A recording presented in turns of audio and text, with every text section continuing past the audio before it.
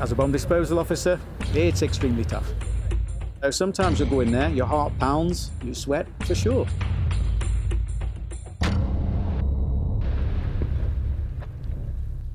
Southern Lebanon is a patchwork of rolling hills, vast fields, and large boulders. Sleepy villages are scattered throughout the landscape, and so are more than 4 million cluster bombs and more than 500,000 mines, the legacy of Lebanon's many conflicts over the last 40-some years. It's 5 a.m. and this group is preparing for another day's work. Since 2006, the Mines Advisory Group has cleared nearly 70% of the endangered areas, the size of about 200 football fields. They're one of several NGOs helping the Lebanese army clear the land of landmines and other munitions. Each time they go out, they're risking their lives.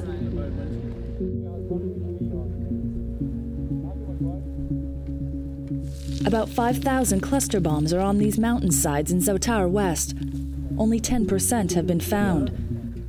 In this challenging terrain, each searcher must take extra safety precautions as they meticulously check every inch of ground.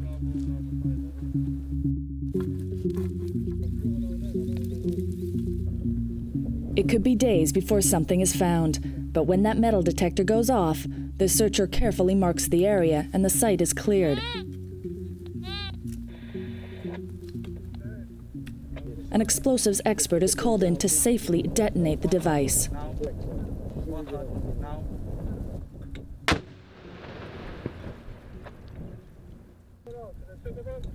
About 20 kilometers away in the town of Kfar Tibnet, a team is checking for explosives in the garden of this house. Hundreds of cluster bombs are said to be scattered throughout this residential area. So the mini excavator has prepared the ground for the searchers to now come in and do what's known as a manual excavation. This sort of environment presents a whole new list of challenges for the team. Being a residential area, there's a lot of garbage, there's a lot of scrap around, which can easily set off the metal detectors. So a lot of the work done by the searchers here is done using their bare hands. It's extremely arduous and dangerous work. In August of 2007, Ali Bitar and Abbas Jaber were killed trying to dismantle a cluster bomb in South Lebanon. 3 others were injured. Affects us. It affects everyone because we lose a colleague. I think the 2 accidents that we've had, they worked for us for a very, very long time.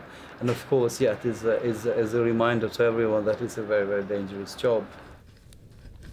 According to Lebanon's Mine Action Center, these explosives have killed more than 3,000 people and maimed thousands of others.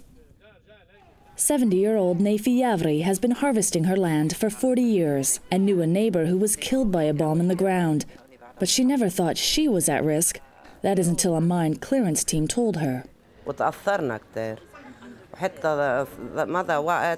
وحياتك بعد شي ساعتين طلعت لنا برقشاي يعني وطالع قال لي تعالي هان يا حاج وقف هون شغل قال لي تعالي هان حوشت الزيتونات كم مرة دعسي علي هالقنب العنورية لقوها تحت الزيتون.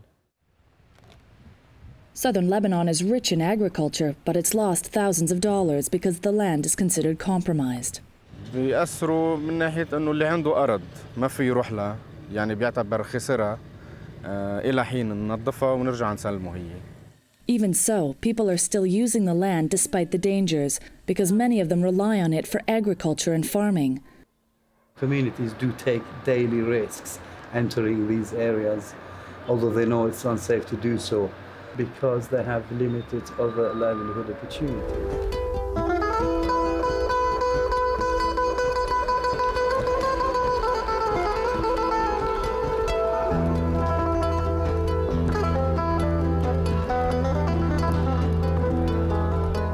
All of these men have been affected by landmines.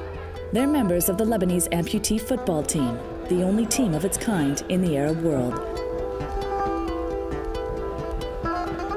In 1991, Nazi Saab nearly lost his life helping the Lebanese army clear landmines in the capital Beirut.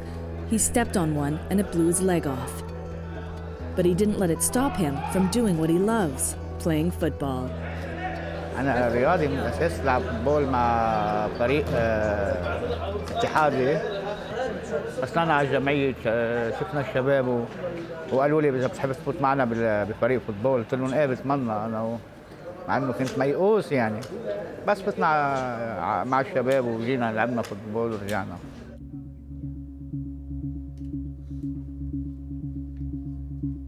Today, 43-year-old Nazi is getting a new leg. It's a big day for him and his family, who drove more than 100 kilometers to this rehabilitation center outside Beirut. يعني حياتي المعنوية شوي، حياتي المعنوية بما إني كنت ألعب فوتبول أنا قبل وكنت عسكري بالجيش وروح حارب وأطلع يعني فجأة صرت عفرت إجر وعانيت بالأول كتير. لا رجعت تركبت طرف ورجعت صرت أسس شوي شوي. برضو إنه يعني ما مشيت لرجعنا جينا على الجمعية لهون، على الجمعية اللبنانية لرعاية المعوقين. The Lebanese Welfare Association for the Handicapped helps thousands of Lebanese amputees with prosthetics and rehabilitation. More recently, their work has expanded to include Syrian refugees or those with congenital disabilities. Nazi's cast has been filled with plaster.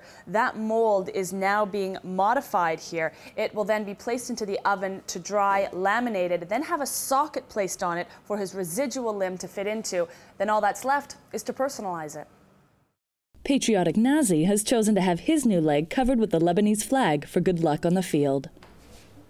Most of the patients who come to our services here for secondary to landmine injuries are younger patients. So if I have a very active patient who want to go hunting, for example, or play soccer, something like that, we have to make sure that what we design for them will be good enough and strong enough to carry out that activity. Nazi tests out his new leg, while down the hall, fellow football teammate Jihad has his weekly physiotherapy for his lost arm. بشهر رمضان 2012 كنت عم بتمشى بمنطقة عدنون اسمها منطقة سماحة الصعيد، فشفت جسم غريب، حاولت انه اخذه مشان ابلغ عنه القوى الامنية، للأسف أنا وماشي فيها فجر فيه. The support of his family has helped him get through the toughest times. غير البوكسر هي ما قدران يعني كل جسمي من هون كله يعني عندي درجة ثالثة كان حرق أنا وجهي ما في اكل كان حاطيني كلها نبريش يعني كان صعب كثير علي وضل حد مني يعني 24 حتى زفق بالليل الا موجوع ضل حد مني. Today, Nazi and Jihad have their lives back. But there is still a lot more work to do in Lebanon before everyone is out of danger. And all those involved are committed to the country's full recovery.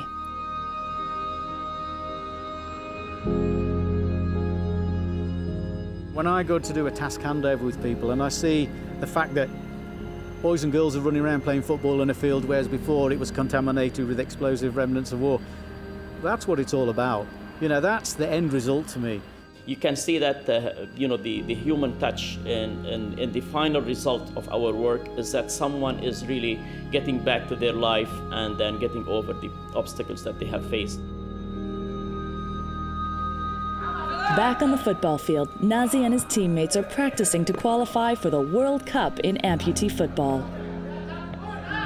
We have the only team in Lebanon and on Arab countries.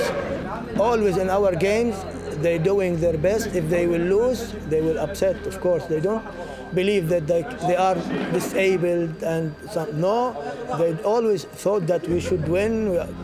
Even they are playing with non-amputees players. But for these men, whether or not they ever do make it to the World Cup is irrelevant, because they all feel they've already won.